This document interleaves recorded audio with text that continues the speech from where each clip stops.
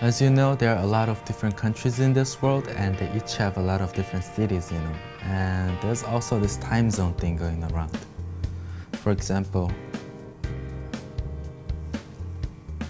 it's 9 o'clock in New York, but in Vancouver, it's 6 o'clock. What we're gonna do is, in a moment, you're gonna go like this, and you're gonna scroll around and up and down, whatever you want, and just whenever you want, just click on one, so you get a random city selected, okay? Got it? Did something appear here? All right, I want to remember the time. Gonna lock it and put it aside. Now I want you to imagine here's a clock over here and portray the time to this clock. For example, if it's 5, then just draw 5 on it.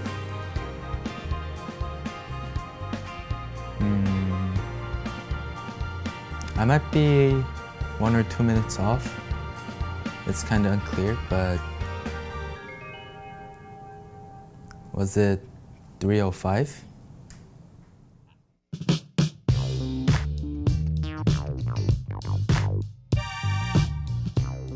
This is Apple Watch.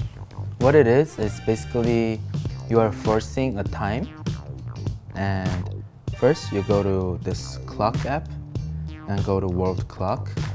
And I don't have an Android phone, so I don't know what's going on over there, but I'm pretty sure it can do it.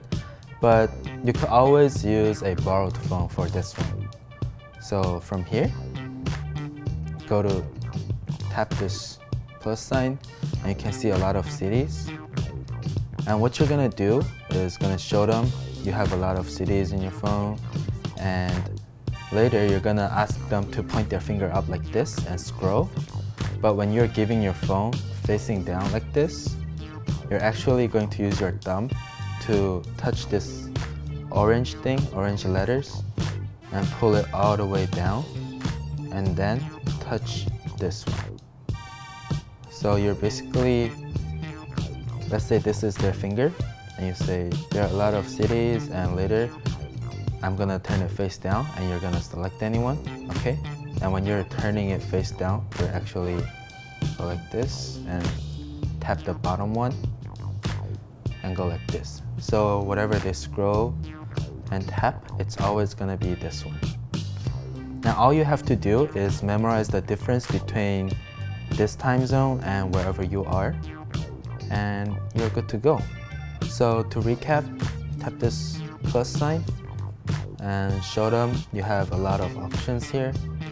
And while you're talking and about to face the phone face down, so you're going to basically from here go here, and while I'm here, they can not see the face of the screen, they can only see this side.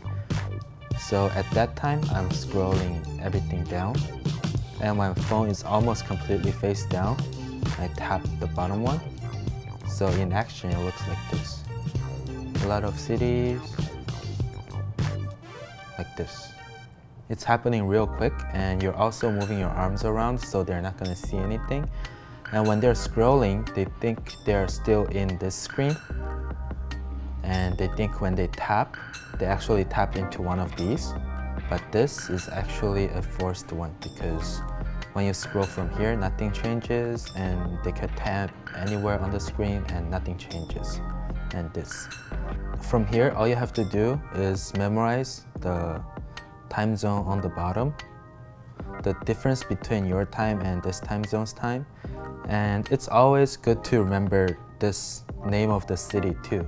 Sometimes they tend to ask, it doesn't happen often, but sometimes it happens. They tend to ask you what city they're thinking of. And if you reveal it, it's an extra hit. But if they don't ask you, don't do it, because they probably didn't even look at the city's name. So that's it for Apple Watch. Sometimes when I perform, I say I might be 1 or 2 minutes off. The first reason is because when I'm forcing the city, the time may change. I might be thinking of 2:03, but they see 2:04. So this happens. But another thing is, if it's too perfect, it seems like a magic trick sometimes. So you being 1 or 2 minutes off may add some more believability into your performance, so it's even cooler. The thing is, if you ask them to think of that specific time, like 3:05, then if you're wrong, there's not much of a justification for you being wrong, but you using this clock thing, this image, it justifies you how you got this 1 or 2 minute wrong. And there are actually two ways of presenting it. One is just mind reading kind of effect.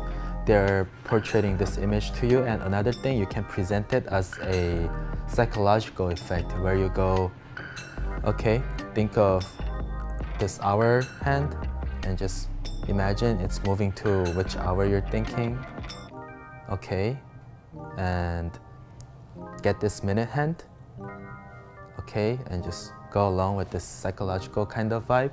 And it actually hits harder than mind reading type of effect because they think you got this crazy skills of mind. When you use this psychological kind of performance style, it actually hits harder than just plain mind reading because they think you know NLPs and muscle readings and those cool stuff, so they'll react a little harder sometimes. And remember, if you have Android or some other type of phone that doesn't have this function, you could always borrow a phone from someone, your spectator or whatever, and just go nuts.